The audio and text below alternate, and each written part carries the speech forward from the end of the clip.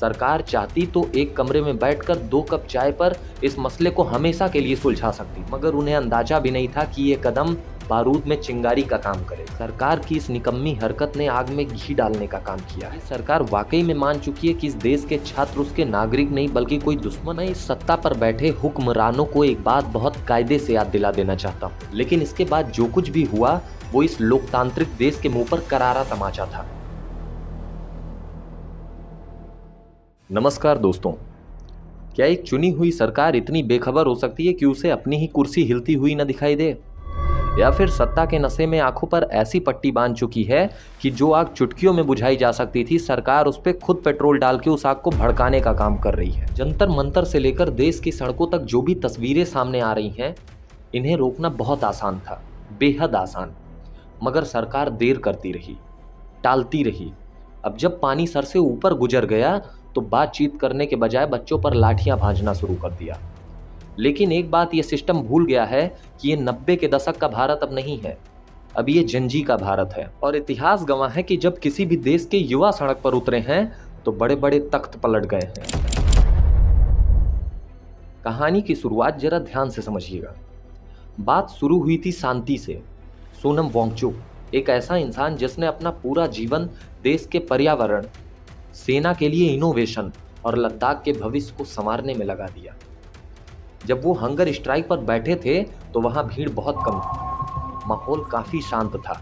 सरकार चाहती तो एक कमरे में बैठकर 2 कप चाय पर इस मसले को हमेशा के लिए सुलझा सकती थी।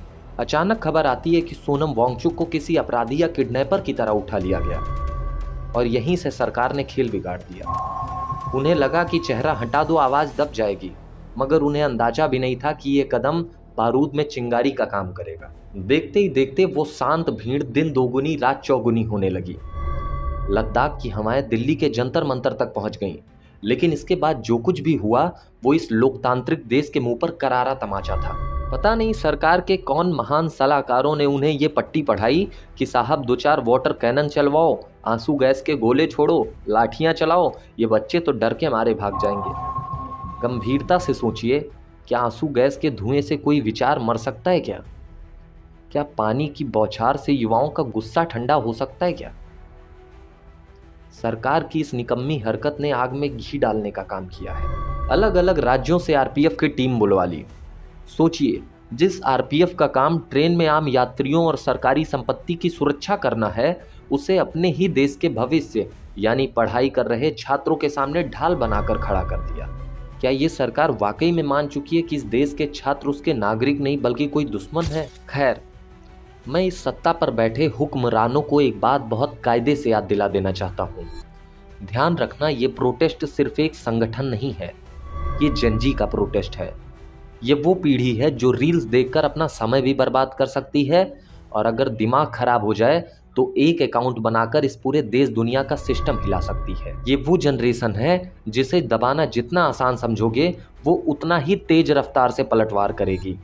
इतिहास उठाकर देख लीजिए, दुनिया के कई देशों में जनजी ने तानाशाही सरकारों की कुर्सियां उखाड़ कर फेंक दी है, फिर भी आपने इन्हें हल्के में ले लिया और इनके भविष्य के साथ खिलवाड़ करते रहे। मगर अब लगता है कि सरकार को भी मजा आने लगा है। शायद सरकार को अपनी कुर्सी डगमगाते देखने का शौक चढ़ गया है, तभी तो आग में कूदने के बाद अब बिहार की जनता को भी उकसा दिया गया है। अब जब ये आंच बिहार पहुंच गई है तो जरा संभल जाइए, क्योंकि इतिहास गवाह है कि जब बिहारी जनता और वहां के युवा सड़क पर उतरता है तो देश की राजनीति का नक्शा बदल जाता है। 1974 का जेपी आंदोलन याद है ना? सत्ता की जड़ें हिल गई थीं। और वैसे भी एक बड़ा कड़वा मजाक सुनिए। जिस देश में किसी वाटर पार्क में जाकर 10 मिनट पानी से नहाने का टिकट 500 रुपए का आता है, वहां अगर सरकार बिना मांगे सड़कों पर युवाओं के ऊपर फ्री में वाटर कैनन से बौछार चलवाएगी तो भैया बिहारी जनता घर में बैठने वाली थोड़ी है, वो तो सड़क पर उतरेगी ही। बिल्कुल निष्पक्ष होकर हम इस सिस्टम से कुछ सवाल पूछना चाहते हैं। सवाल नंबर 1, जब मांग जायज थी तो शुरुआत में ही संवाद क्यों नहीं किया? सवाल नंबर 2, हंगर स्ट्राइक पर बैठे शख्स को बातचीत के टेबल पर लाने के बजाय आधी रात को किडनैपर की तरह गायब करने की क्यों हड़बड़ी थी? सवाल नंबर 3, क्या फोर्स का यूज लोकतांत्रिक देश में पहला रास्ता होना चाहिए या आखिरी?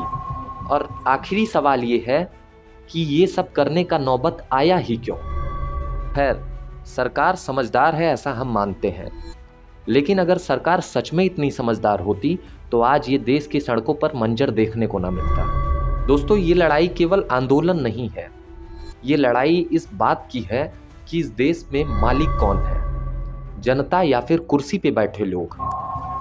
आज अगर आप चुप रहे ये सोचकर कि ये तो लद्दाख की लड़ाई है, ये दिल्ली के छात्रों की लड़ाई है या फिर ये बिहारियों का बवाल है, तो याद रखिएगा कल आपकी बारी भी आएगी और तब आपके हक में बोलने के लिए सड़कों पर कोई नहीं बचेगा। मैं आपसे ये नहीं कहूँगा कि आप इस वीडियो को लाइक करिए या चैनल को सब्सक्राइब करिए। मैं बस इतना कहूँगा कि अपनी सोच को जिंदा रखो, सवाल पूछना मत छोड़ो, क्योंकि जिस दिन इस देश का युवा सवाल पूछना बंद कर देगा उस दिन ये लोकतंत्र सिर्फ किताबों में रह जाएगा। सोचिएगा जरूर कि सरकार ने इस पूरे मुद्दे को संभालने में बड़ी गलती की है या नहीं।